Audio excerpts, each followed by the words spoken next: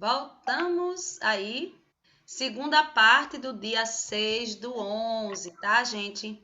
Pra gente poder aí, pra eu poder, quando eu for fazer minha edição, fazer aí direitinho, tá bom? Professora, posso tirar uma dúvida enquanto as pessoas não chegam? Mas é claro, Larissa.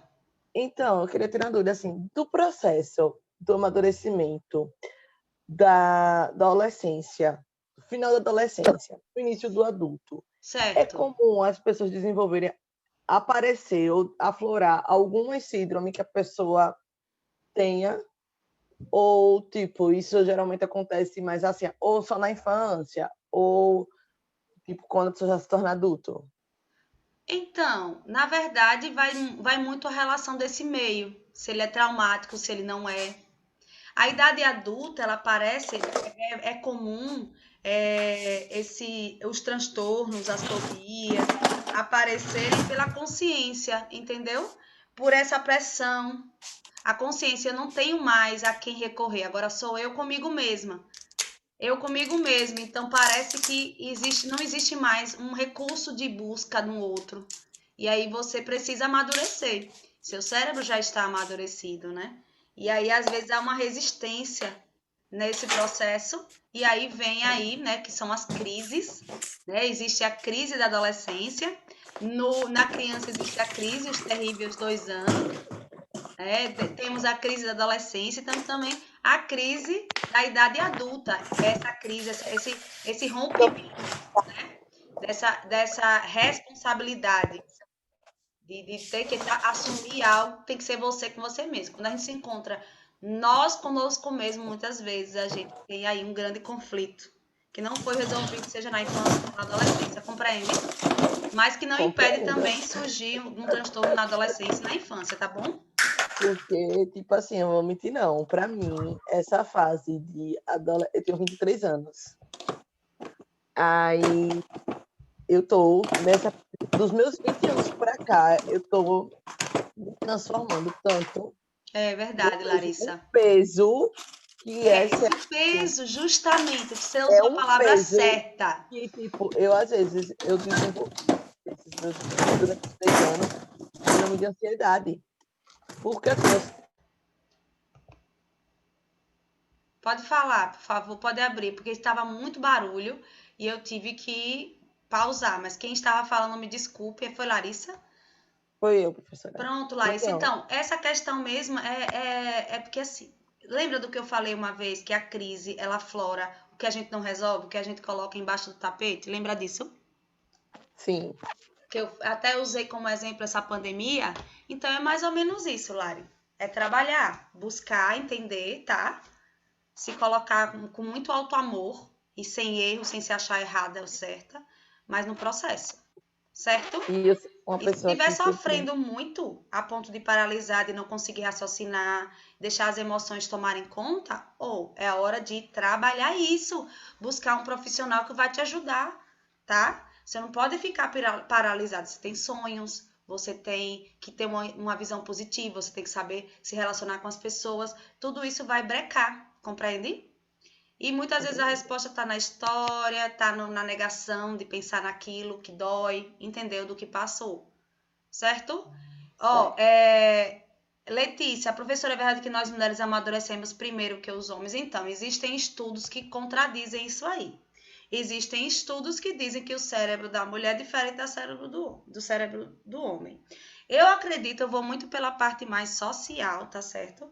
Que a mulher ela tem uma possibilidade diante da criação. Eu até falei isso na live um pouquinho ontem sobre o câncer de próstata, que é que a mulher ela tem já uma preparação desde a infância. O homem não, o homem ele é educado para realizar, para ser protagonista.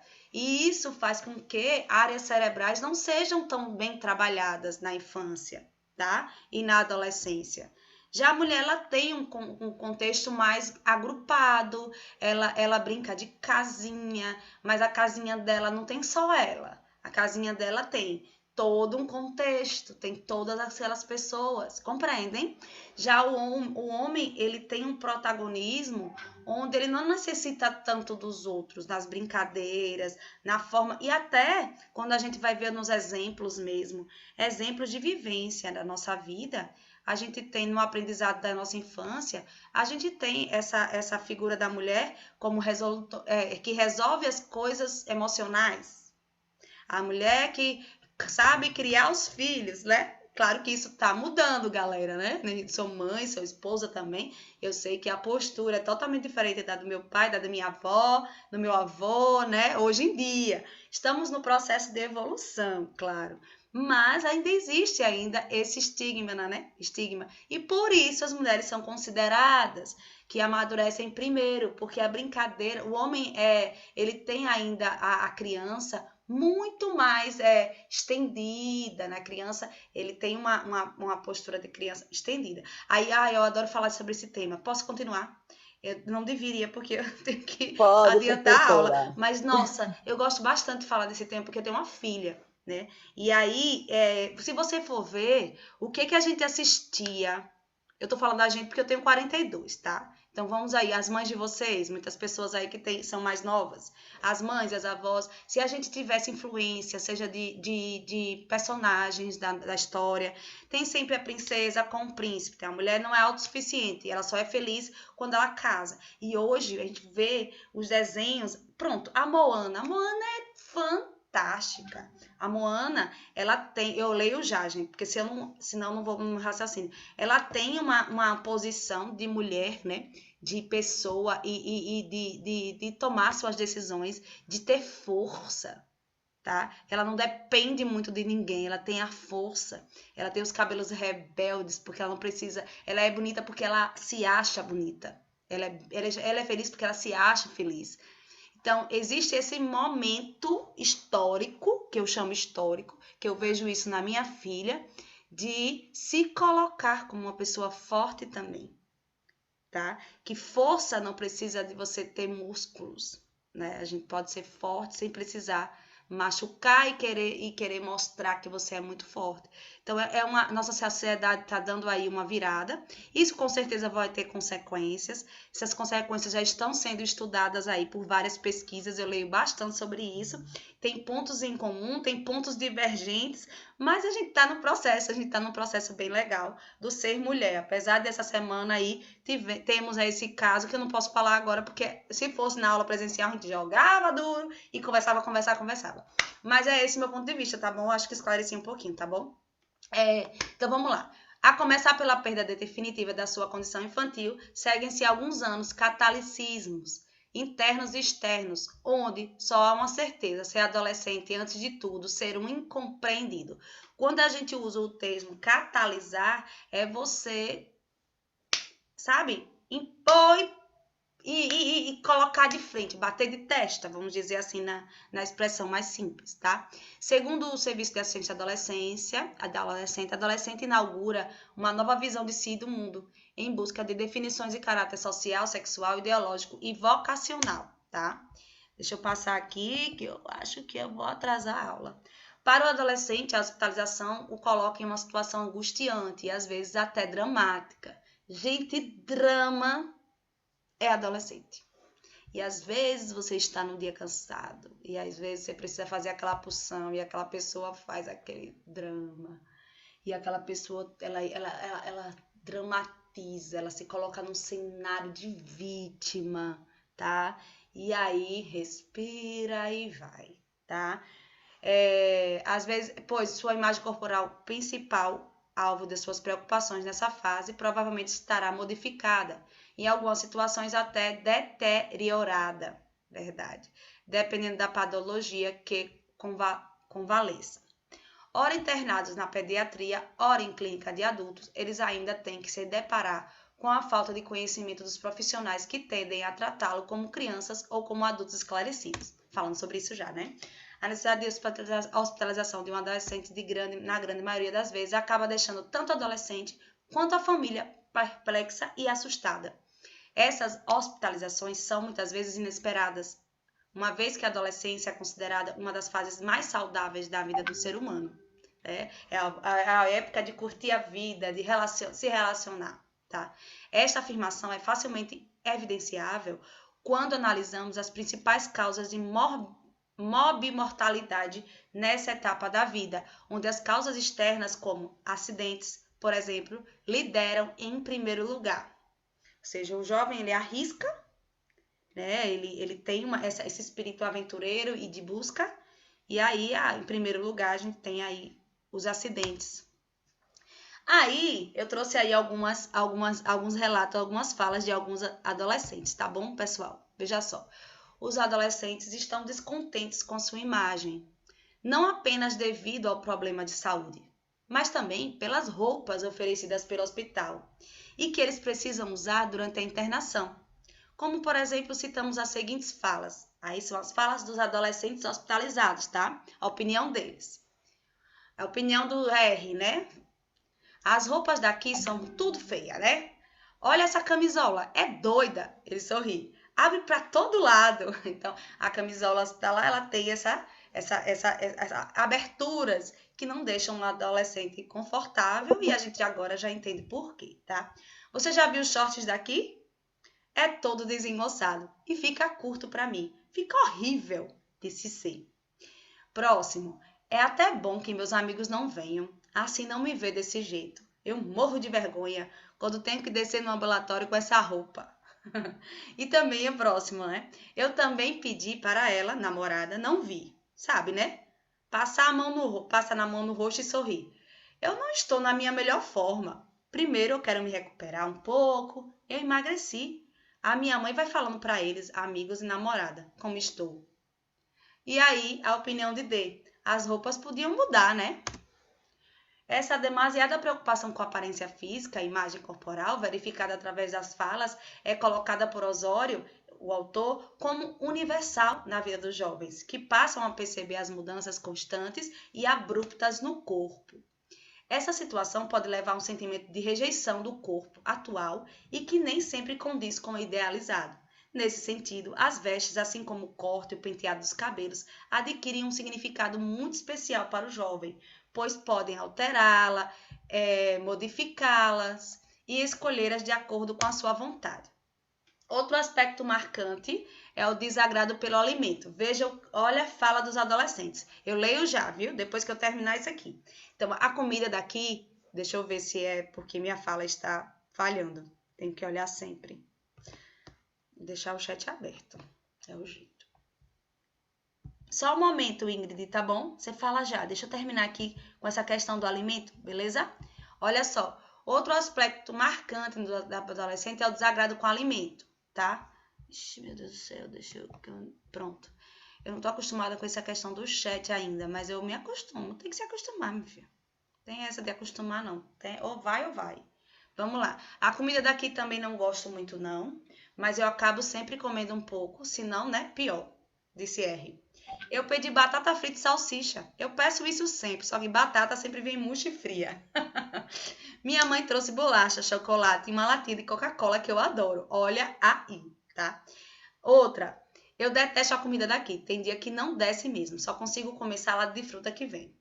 E o outro, podia ter refrigerante no lugar de suco. O suco daqui é ruim.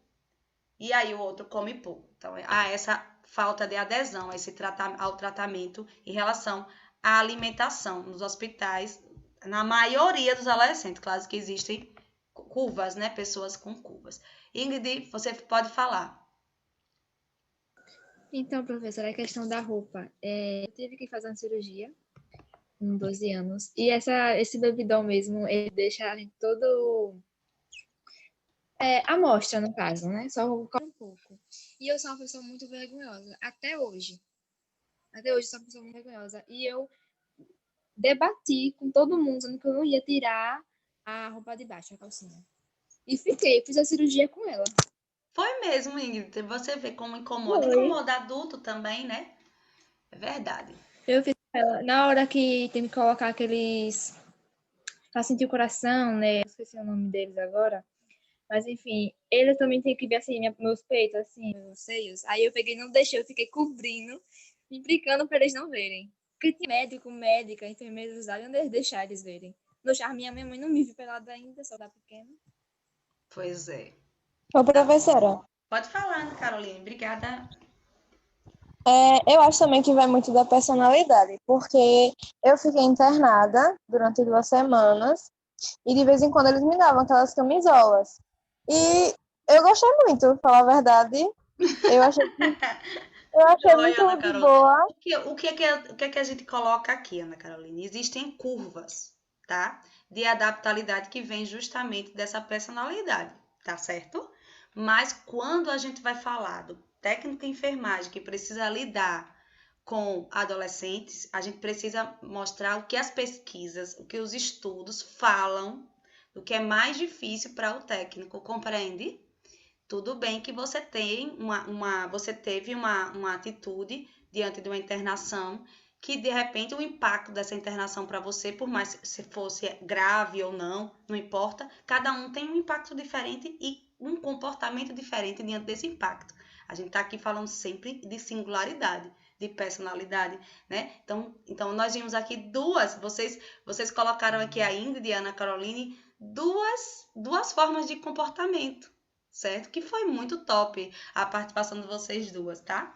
Que é isso, mas que a gente precisa lidar mais, entender mais aqueles como profissionais, a professora tem que colocar aqui, claro, o que sai da curva, aquele que é mais comum, tá? O que sai da curva a gente trabalha, a gente fala, mas o que é mais comum diante das pesquisas, diante dos estudos, tá certo?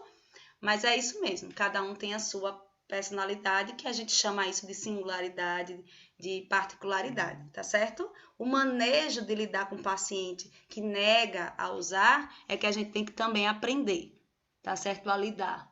Por quê? Porque a gente respeita tanto quem sabe lidar com a situação e que não sente vergonha e que não tem problema, quanto também quem tem. Respeitar essas duas opiniões. É aquele caso do 6 e do 9. Não é? Lembram daquela imagem que eu coloquei do 6 e do 9? Que é o quê? O que está aqui na esquerda vê o quê? Vê um 6. Quem está na direita vê o 9. E aí, diz é 9, o outro diz é 6. E aí, o que a gente resolve com essa? O que a gente entende? Você não sabe o que eu estou vendo, como eu estou vendo do meu lado. Eu compreendo muito bem que você está dizendo que é um 6, porque eu também estou dizendo que aqui é um 9, porque eu estou vendo as coisas de acordo com a minha verdade. Tá bom? Vamos lá continuar. Reclamaram também, gente, da falta de atividade. Veja só. E aí, aqui no GAC, tá? Eu tenho uma colega que ela é psicóloga do lado do GAC, sempre levo minhas turmas de enfermagem lá. E aí, o que acontece? Quando você anda pelo GAC, eu achei muito interessante isso. A maioria dos pacientes oncológicos, então são muitos mesmo. Isso me impactou um pouco e depois ela me explicou por quê. E eu não vou falar agora porque eu ainda vou ter tempo de falar em outras aulas. Que tem muito paciente que ele tem perna amputada e eles são adolescentes, tá? São muitos adolescentes que circulam lá nessa condição e realmente me chamou bastante atenção. E aí tem videogame, tem o computador, tem a área dos adolescentes. Tem a área da brinquedoteca, enorme, linda, mas também tem a área dos adolescentes, onde eles podem escutar o fonezinho do ouvido deles, com poltronas e com puffs no chão, e tem computador disponível, tal. Eu achei bem interessante essa ala, tá? Então, é duro, o tempo não passa aqui, passa a mão na cabeça. Eu vejo televisão e vou para outra enfermaria conversar com dona ver. O resto do tempo eu fico sem fazer nada, nadinha. Eu tenho que ficar só na cama, é isso. Às vezes dá desespero. E outra fala, podia ter alguma coisa pra gente fazer, sei lá, qualquer coisa. Aqui é muito parado, o dia não passa de jeito nenhum. Entende, né? A gente entende muito bem. Outro, falando assim da relação, né, da enfermeira que estava na porta, né? Outro dia eu falei para a enfermeira que estava na porta do quarto, colocar o café na minha mesinha. Ela disse que ia falar com uma pessoa e fazer isso e sumiu. Não voltou mais. Olha aí, galera. Veja, viu? Vou terminar a fala e depois a gente vai refletir. Eles tratam a gente bem, só que eu fico muito sozinha. Outra. Tem uns profissionais que a gente tem mais contato, mais conversa. São mais legais. Outra percepção. Eu gostei do pessoal que trabalha aqui, eles são bons, conheço todos. Olha outra, tô com a companhia e eles nada. Aparecem aqui 1 hora depois. Aí já tô irritado, e você sabe, né? Mas logo passa. Por todas as peculiaridades que fazem parte da adolescência, não é raro encontrarmos profissionais da saúde que relutem em assistir adolescentes, certo? Principalmente adolescentes difíceis, que são agressivos algumas vezes, tá? Segundo Guaderré, quando um adolescente é atendido por alguém que não goste dele, obviamente sofrerá mais danos, direta ou indiretamente, do que por alguém com real interesse por ele, certo? O adolescente ele é muito grupo, tá? No que se refere à equipe de enfermagem, que presta assistência ao adolescente, verificamos a falta de acolhimento decorrente da desinformação com relação às características dos adolescentes, tornando mais difícil sua adaptação ao hospital. Essa investigação permitiu-nos olhar a internação do adolescente a partir da ótica deles e constatar, de uma certa forma, que os serviços de saúde e os profissionais de enfermagem, especialmente, necessitam percorrer ainda um longo caminho para melhorar a assistência à saúde do adolescente, levando em conta toda a mudança que está ocorrendo em sua vida pessoal, física e emocional. Esse é um estudo, é um artigo, tá? De um estudo, de uma pesquisa. O que é uma pesquisa, professora? É quando um grupo, então uma pessoa, um profissional, então um estudante, vai no hospital, aplica questionário, depois conta, coloca a estatística, a porcentagem nesse questionário, reflete com muita base teórica de outros estudos e conclui a sua pesquisa. Então é muito trabalho. Por isso que eu coloco aqui eu acho a coisa mais linda essa questão dos artigos e estudos. Esse é o artigo de Cristiane Ranier, tá? Sobre o adolescente e a hospitalização. Essas falas são do trabalho dessa maravilhosa aí, tá? Vamos ver agora esse vídeo que fala de um ex-paciente adolescente artista, tá? Vamos ver como foi a história desse rapazinho aqui. Se eu conseguir aqui... Ai, viu? Deixa eu só voltar aqui. Peraí. Eu vou tentar copiar e colar, porque eu fiz a boniteza. Deixa eu ver aqui, gente. Gente, como é que eu volto aqui? Alguém sabe mexer com PowerPoint? Eu quero voltar para copiar e colar. Ai, voltei. Pronto, voltei. Agora vai. Esses slides vocês têm na mão e vocês podem também fazer a mesma coisa que eu. Ah, professora, eu não sei assistir seus vídeos porque não tem como eu clicar em cima. Você copia desse jeito. Aí você vai lá na internet. Vejam, viu? Você vai na internet, como eu estou fazendo aqui. Quem quiser aprender, vamos comigo. Vai na internet. Vai no Google, ó, Google, e copia e cola lá em cima. Aí você tem o vídeo. Para quem tem dúvida de como fazer, viu? O link aí desses vídeos, tá? Vamos assistir aí esse O Mande.com relato. é uma plataforma para gerenciar qualquer equipe e qualquer projeto. Campanhas de marketing, gerenciamento de... E aí, querida turma? O que vocês acharam do vídeo? Para a gente finalizar a fase da adolescência e entrarmos na fase adulta. Eu achei sensacional, professora, porque eu também mexo com arte, eu desenho muito. Quem me conhece sabe. Entra no Instagram, vou ler a língua. E, de uma certa forma, ela faz mesmo deixar o nosso dia bem melhor. E questão das cores, eu também era como ele, eu gostava muito de desenhar coisas tristes. Agora eu tô desenhando mais coisas assim alegrezinhas. A arte, o escrever também é importante, tá? Um grupo de poesia para adolescentes no hospital. Vamos dizer assim, eu sou arte terapeuta, eu sou suspeita para falar, por isso que eu trouxe aí esse artigo.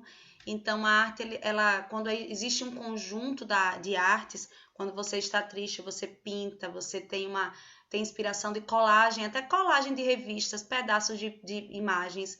Quando você faz, até a gente pode fazer colagens também agora pelo celular, né? Então, imagens que você acha importante para aquele momento, você faz aquela colagem linda e traduz o que você está sentindo. Nossa, depois quando você olha esse conjunto dessa arte, você se encontra. E às vezes é Professora, tanto sofrimento, que depois quando a gente vê o que a gente escreveu, o que a gente colou, a gente diz, ai meu Deus, aquela adolescência tava um turbilhão mesmo, que eu nem imaginava. Que bobeira que eu tava pensando, aquilo tudo, né? Mas para você ver, né? Não existe essa maturação. A arte faz bem para a alma, A arte é não música. é isso? Eu geralmente, com um adolescente, quando ele é mais quietinho, quando ele não verbaliza tanto no consultório, eu vou justamente pelo que ele gosta de escutar, tá? Então, o paciente depressivo, ele escuta realmente músicas que traduzem o que ele é. E muitas vezes ele nem percebe. Aí, quando a gente começa a trabalhar as letras das músicas e tal, e começa a colocar isso em recortes, começa a colocar isso em artes, começa a colocar as frases mais impactantes que ele se identifica, imagens, a gente começa a entender e ele começa a mergulhar no eu dele. Porque, na verdade, a música e a arte, nesse caso, para eles, é uma fuga. Mas, no processo terapêutico, são revelações. Só aprender a se olhar, né? A ter instrumentos para se olhar, tá certo? Vamos para a fase adulta? Let's go, professora. Só temos 10 minutos, senhor. Vamos lá, Adriana. Vamos para a idade adulta, tá? Tá no material, por favor, aí também, tá, gente? Então, sua reação à doença dependerá, o adulto, da natureza da doença, da significação da doença, do medo do desconhecido e da interpretação do diagnóstico, tá? O comportamento do adulto hospitalizado, por tornar-se dependente dos cuidados dos outros, o adulto poderá regredir em suas reações. O que é regredir? A professora já falou sobre isso. Ele passa a ter posturas infantis, de deixar-se cuidar, né? de birra. Então, isso é uma regressão, tá? Então, considerando a interrupção forçada da sua vida habitual. As regressões podem se apresentar como ser passivo, ou então ser dependente. Ser passivo e dependente, ou seja, é aquela pessoa que deixa, vamos ver o que vai dar. Pode fazer o que você quiser. Não reluta e também não... Sem expressar muita coisa, tá certo? E dependendo do outro. Então, sempre é aquela dependência que muitas vezes irrita. Porque você não vê aquele adulto precisando fazer aquilo tudo, né? Dependendo de tudo, para fazer tudo. E geralmente o adulto adoecido, principalmente na fase de aceitação da doença, sabe? Ele tem essa fuga, esse mecanismo de defesa para poder se adaptar, certo? Comportamento de irritação e irracionalidade, ou seja, deixar as emoções virem à tona, tá? O cérebro é emocional, o sistema límbico ele tem lugar maior, tá? E hiperansiedade e temores. Importante fazer o quê, professora? Conversar, cara. Conversar. Primeira coisa, imagino o que você está passando. Sei, verdade. Compreendo. Mas a gente precisa fazer alguma coisa, eu tenho certeza que você tem aí no seu coração uma resposta. Como é que você pode ajudar? Porque agora realmente é difícil, eu entendo perfeitamente, mas a gente precisa prosseguir. A gente precisa cuidar de você.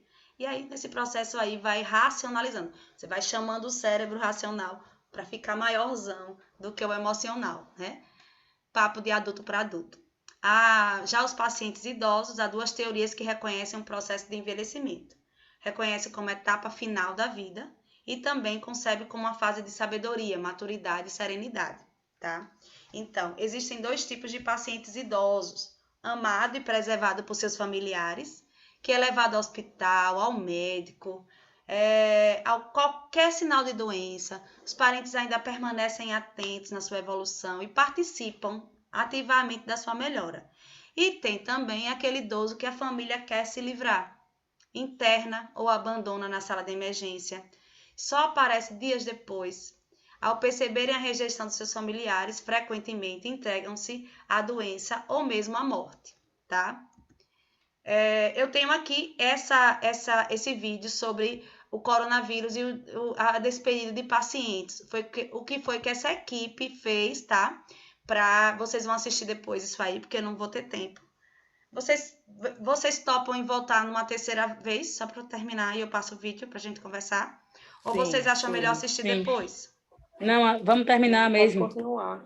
Posso? continuar, E quem é. não puder, Pode. assistir depois. Professora, eu não posso porque a senhora não avisou antes e aí agora não dá para mim. Pronto, a gente faz depois. Não se preocupe não, tá? Você pode assistir depois que essa aula vai ser gravada, viu? Porque no início eu tive que conversar bastante com vocês e aí eu perdi um pouquinho de tempo, mas eu achei fundamental essa conversa, tá certo? Então, não tem jeito. Não foi minha intenção passar do horário, tá certo? Mas tá aqui. Vou colocar o vídeo que eu acho importante a gente conversar sobre isso, tá? A despedida, como foi esse processo aí para essa equipe, para lidar com esses pacientes, né? Esses pacientes que têm essa condição do coronavírus e que vão morrer e que precisam se despedir dos seus familiares. Nessa etapa, Professora, a preocupação com os familiares é em primeiro lugar. Pois não, pode falar. eu vou ter que sair daqui a pouco. Tudo bem, Ingrid. Aí você assiste daqui a pouquinho, tá certo? Que eu só tenho 5 minutos agora e vou voltar. Mas vai ser rápido. Você não vai perder muita coisa não, viu? Obrigada. Me desculpe, valeu.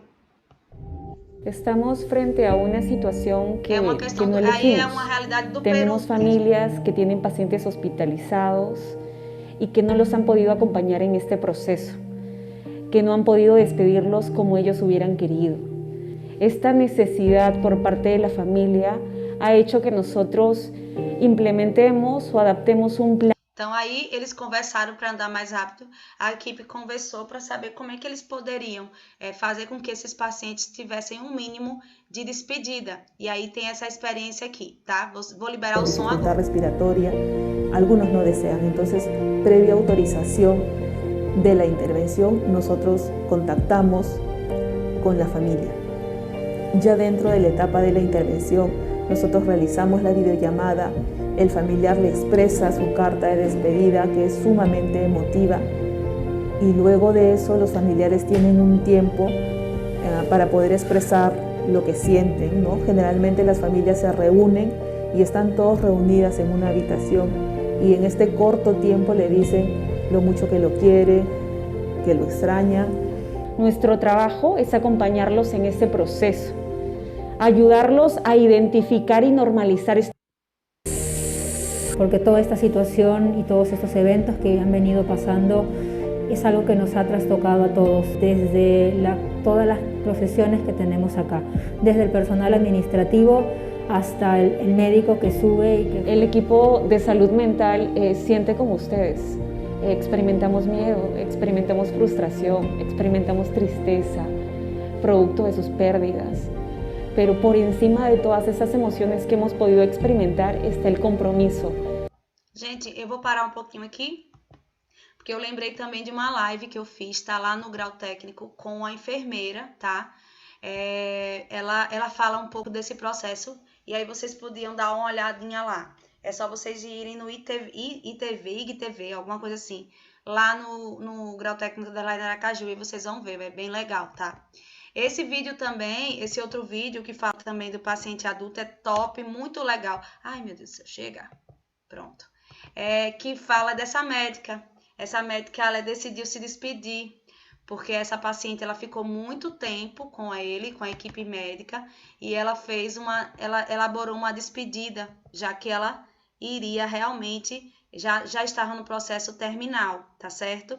Então, ela achou importante dizer a essa paciente o quanto ela é importante, o quanto ela é uma pessoa especial. Vejam que emocionante, gente. Tenho 2 minutos, é o tempo. Vamos lá. E uma história emocionante. Tratamento da paciente Rogéria Maria Gonçalves, que após ter um AVC, descobriu um câncer em fase terminal.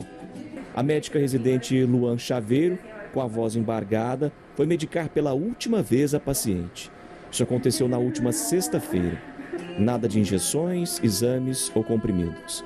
Foram palavras de força, fé e de carinho, um remédio para a alma. Para dizer que a senhora é muito especial para nós, a nossa professora. A senhora tem nos ensinado muito. Viu? A gente é muito grato pela experiência de ter conhecido a senhora aqui, de ter a senhora como paciente.